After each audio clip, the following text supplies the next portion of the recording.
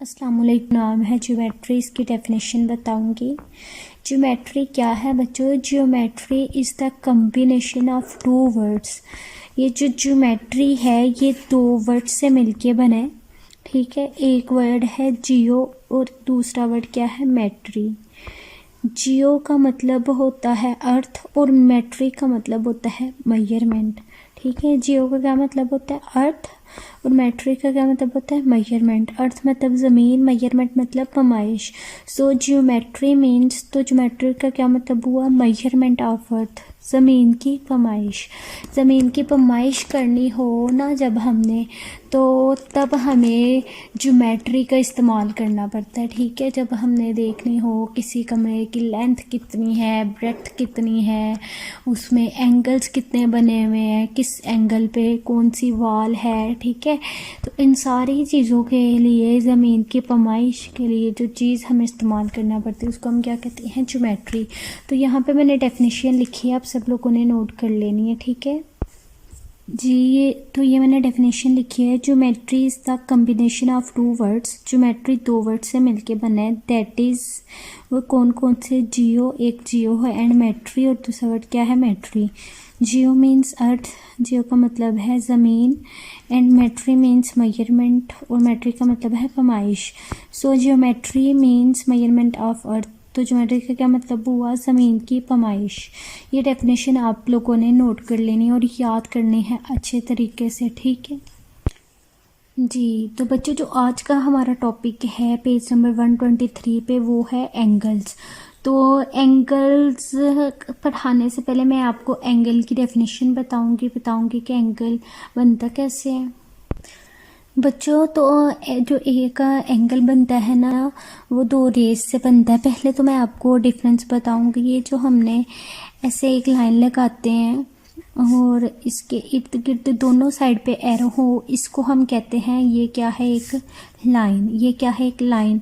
अगर मैं सिंपल ऐसे ड्रा करूं तो इसको हम सिंपल लाइन ही बोलते हैं, हम कहते हैं ये क्या है? Line segment. Line segment. Line segment का क्या मतलब है कि ये जो मैंने लाइन लगाई हुई है, इसी में से यहाँ से लेके यहाँ तक ये जो कोई पार्ट है, इसको हम क्या बोलते हैं? लाइन सेगमेंट, लाइन का हिस्सा, ठीक है। और यहाँ पे दोनों साइड पे एरो थे, इसको लाइन बोला। इस पे किसी साइड पे भी एरो नहीं था, तो ये लाइन सेगमेंट है। अगर सिर्फ एक साइड पे एरो हो, बेशक इस साइड पे हो या बेशक इस साइड पे हो, उसको हम क्या बोलते हैं? रे। क्या बोलते हैं? रे। ये रे का स्टार्टिंग पॉइंट होता है और ये रे का एंडिंग पॉइंट होता है। एंडिंग पॉइंट को हम टर्मिनल पॉइंट भी कहते हैं, ठीक है। तो अब ये मैंने आपको लाइन सेगमेंट और रे में डिफरेंस बताया है। अब आपको एंगल की डेफिनेशन बताऊंगी। एक जो एंगल बनता है ना, वो दो रेस से मिलके बनता है। किन से? दो रेस। रे मतलब ये वाली, इसको हम क्या बोलते हैं? जिसके एक साइड पे एरो हो उसको हम क्या बोलते हैं? रे। तो एक एंगल दो रेस से मिलके बनता है और उन दोनों रेस का जो स्टार्टिंग पॉइंट होना चाहिए वो सेम होना चाहिए, कॉमन स्टार्टिंग पॉइंट होना चाहिए। मतलब एक रे मैंने ये ड्रॉ कर ली है, ये मैंने एक रे ड्रॉ कर ली है, इसको मैंने नाम दे दिया है ओ ए का, ठीक है। एक और रे जब मैंने ड्रॉ करनी है ना, जिस साइड को मर्जी, लेकिन उसका स्टार्टिंग पॉइंट क्या होना चाहिए? सेम। ये मैं इस तरह से रे ड्रॉ कर लेती हूँ, एक साइड पे एरो। तो ये देखें, इसको मैं ओ, इसको स्टार्टिंग पॉइंट का नाम तो सेम रहेगा ना, और ये भी। ये मैंने दो रेस ड्रा की है, एक ओ ए और एक ओ बी। इन दोनों रेस के दरमियान में ये जो डिस्टेंस है ना, इसको हम क्या कहते हैं? एंगल। ये क्या बना है? एक एंगल। समझ आ गई? एक एंगल कब बनता है? एक एंगल बनता है दो रेस से मिलके। इनको हम आर्म भी बोलते हैं, या तो हम इनको रेस बोलते हैं, रे बोलते हैं, और दूसरा वर्ड इसके लिए क्या यूज़ होता है? आर्म यूज़ होता है। ठीक हो गया बच्चों? तो ये यहाँ पे भी एंगल सेम है, ये भी एंगल यहाँ पे भी इतना है। मतलब अगर यहाँ पे 60 डिग्री है तो ये भी 60 डिग्री है, ये भी 60 डिग्री है। एंगल की लेंथ कब बढ़ती है? जब हम एंगल की आर्म को आगे मूव करें। एंगल की आर्म, अब ये वाला जो एंगल है ना, अब ये 60 से ज़्यादा होगा, ठीक है। अब ये 80 डिग्री होगा। टोटल एंगल जो होता है वो होता है 360 डिग्री का। टोटल एंगल कितना होता है? 360। डिग्री का। समझ आ गई।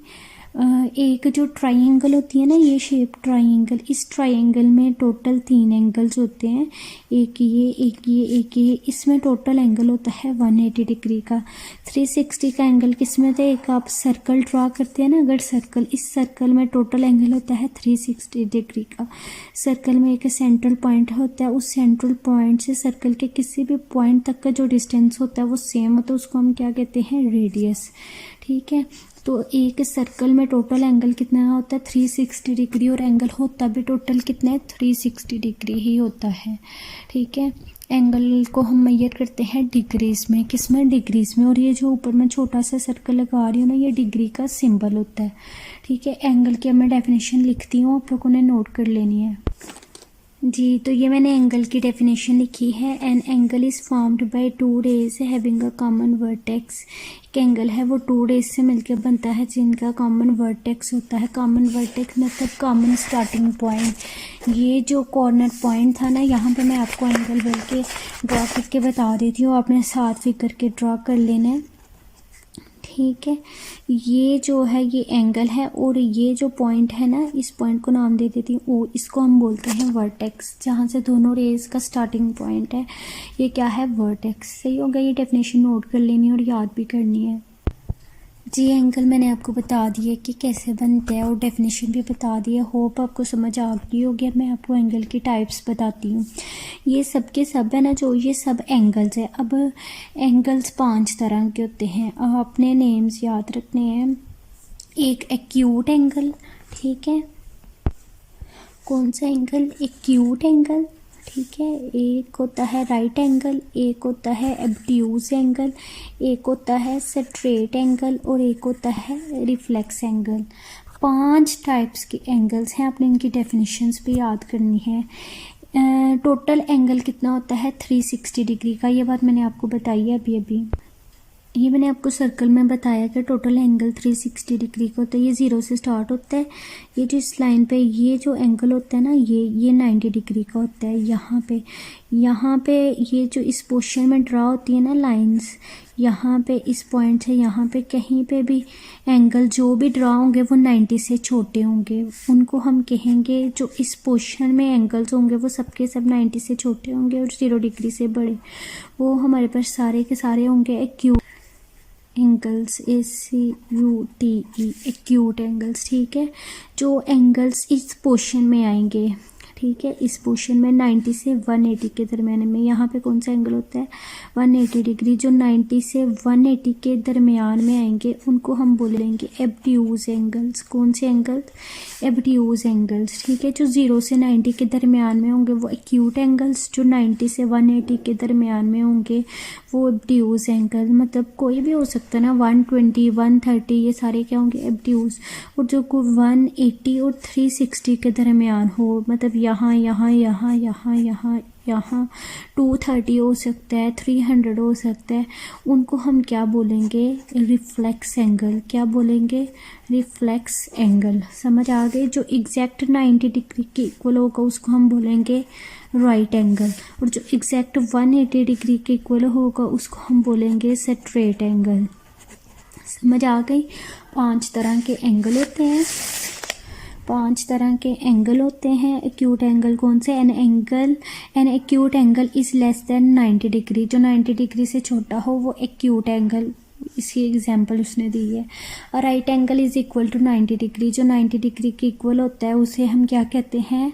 Right angle. और ना वो एंगल किस तरह का होता है? एक हॉरिजेंटल लाइन और एक वर्टिकल लाइन।